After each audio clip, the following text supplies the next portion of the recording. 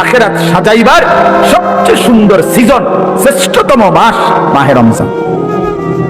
মাহে রমজান আমাদের সামনে একদম মুখোমুখি, শাহরু রমাদান, রমজান মাস। এই রমজান মাসটাকে কদর করার কথা আমি বলতে চাই, এটাই আমার শেষ আহ্বান।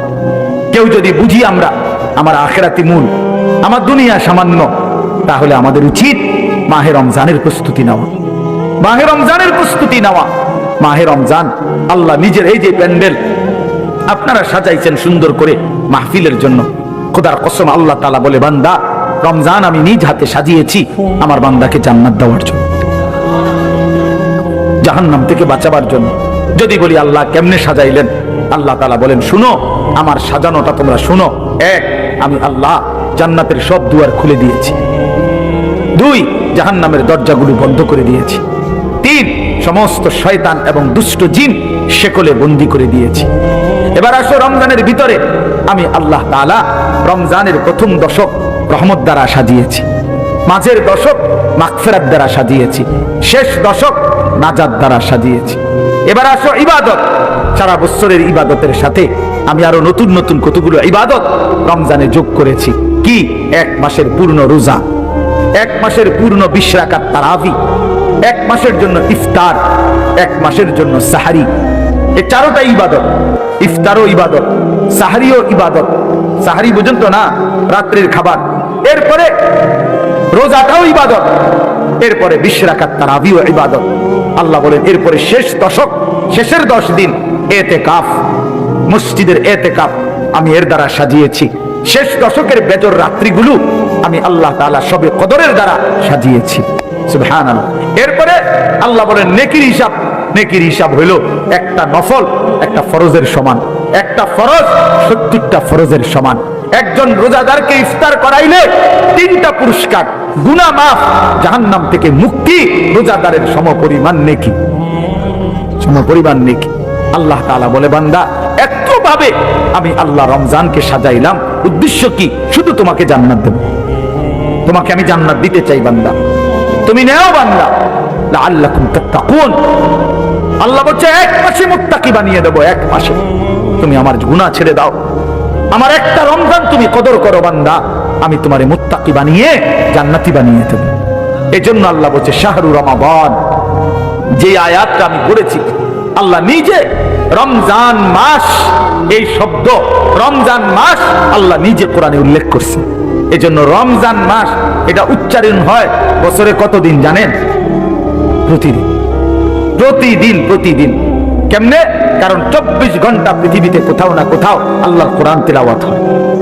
আর শাহরু রমাদান এই শব্দ অতএব জমিনে 24 ঘন্টায় কোথাও না কোথাও কারো না কারো জবানে উচ্চারিত হয়। সারা বছর রমজানের কথা আলোচিত হয়। মানে এই শব্দ শাহরু রমাদান কোরআন শরীফের শব্দ না, তাহলে এটা কেউ না কেউ তো পড়তেছে, কোথাও না কোথাও কেউ সবক দিতে আছে, কেউ শুনানি চলতে আছে। মানে 24 ঘন্টা আল্লাহর জমিনে সারা বছর এক আওয়াজ উচ্চারিত হয়, রমজান মাস, রমজান মাস, রমজান মাস। 2023 সালে যুবক চাইলে পারে, যুবক চাইলে গড়তে পারে, যুবক চাইলে নষ্ট করে দিতে পারে। নবীজির একজন 16 বছরের সাহাবী হযরত আবু বকর সিদ্দিকের আমলে যায়েদ ইবনে সাবিত, ওনাকে তিনি বলছিলেন কোরআন সংকলন করতে, কোরআন একত্র করতে। তো তিনি জিজ্ঞেস করছিলেন, পারবানি এটা? তিনি বলছেন, আমি চাইলে, আপনি বললে আমি পাহাড় কাইটা আরেক জায়গায় স্তূপ দিতে পারবো। পারতাম না কেন? নওজোয়ান পারবে না তো পারবে কে? এজন্য প্রিয় নওজোয়ান, তোমাদেরকে বলি ভাইয়া, যারা এই মাহফিল সাজাইছো ভাই, তোমাদের কাছেও যুবক ভাই অনুরোধ, ফিকির করা দরকার। গতানুগতিক শুধু একটা মাহফিল না, এখানেই যেন শেষ হয়ে না যায়। তুমি আবার ভাবো, তোমরা নওজোয়ানরা, এই সমাজের মানুষ, আমাদের ছেলেদেরকে, কিশোরদেরকে নামাজি বানানোর জন্য আর কি করা যায়? আরো পদক্ষেপ নেব। কিভাবে ফজরের নামাজ একে অপরকে ডাকা যায়, চেষ্টা করলে বুদ্ধি বের হবে, একসাথে বসলে বুদ্ধি বের হবে। আরো কিভাবে মানুষের সমাজের কল্যাণ দুই ভাবে হয়। এক হলো মানুষকে অন্ন, বস্ত্র, বাসস্থান, চিকিৎসা, শিক্ষা সামগ্রী, বিভিন্ন পণ্য এগুলো দেওয়ার মাধ্যমেও মানুষ মানব সেবা। আরেকটা হলো মানুষের জিন্দিগি পরিবর্তন করে দেওয়া, এটাও শ্রেষ্ঠতম মানব সেবা। মোবাইল আমাদের জিন্দিগির সাথে 24 ঘন্টার জন্য মিশে গেছে, এটা আসলেই উচিত না। একটা মানুষের জিন্দেগি কি কোনো মুহূর্তেই মোবাইল থেকে আলাদা থাকবে না? এটা কেমন ইনসাফের কথা হলো? আল্লাহর কথা হচ্ছে, কোরআনের কথা হচ্ছে, ওলামায়ে কেরাম নসিহত করতেছেন, এই সময়ও যদি আমার দিল আন্তরিক না হয় তো আর হবে কখন? আর হবে কখন?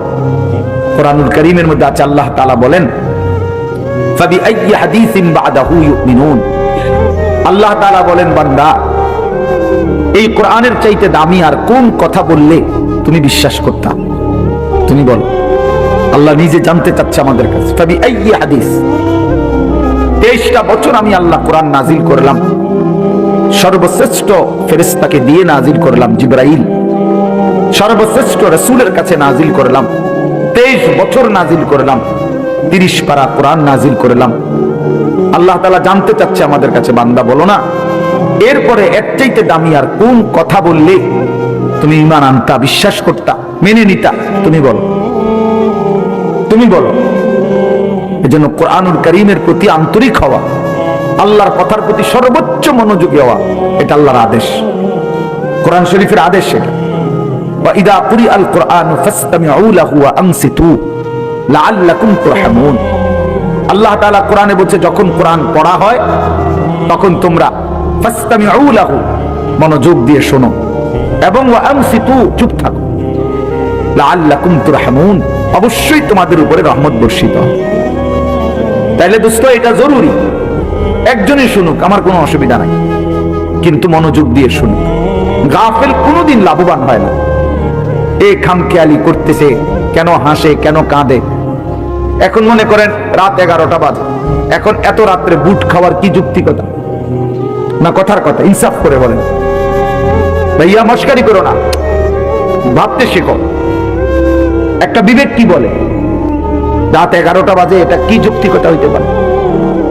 আল্লাহর কথার প্রতি খামখেয়ালি, এই অপদার্থই থেকে যায়। এই জীবনেও কোনোদিন জিন্দেগি সুন্দর হয় না, গাফেলের জীবন কখনোই সুন্দর হয় না। এই খামখেয়ালি আর অবহেলা।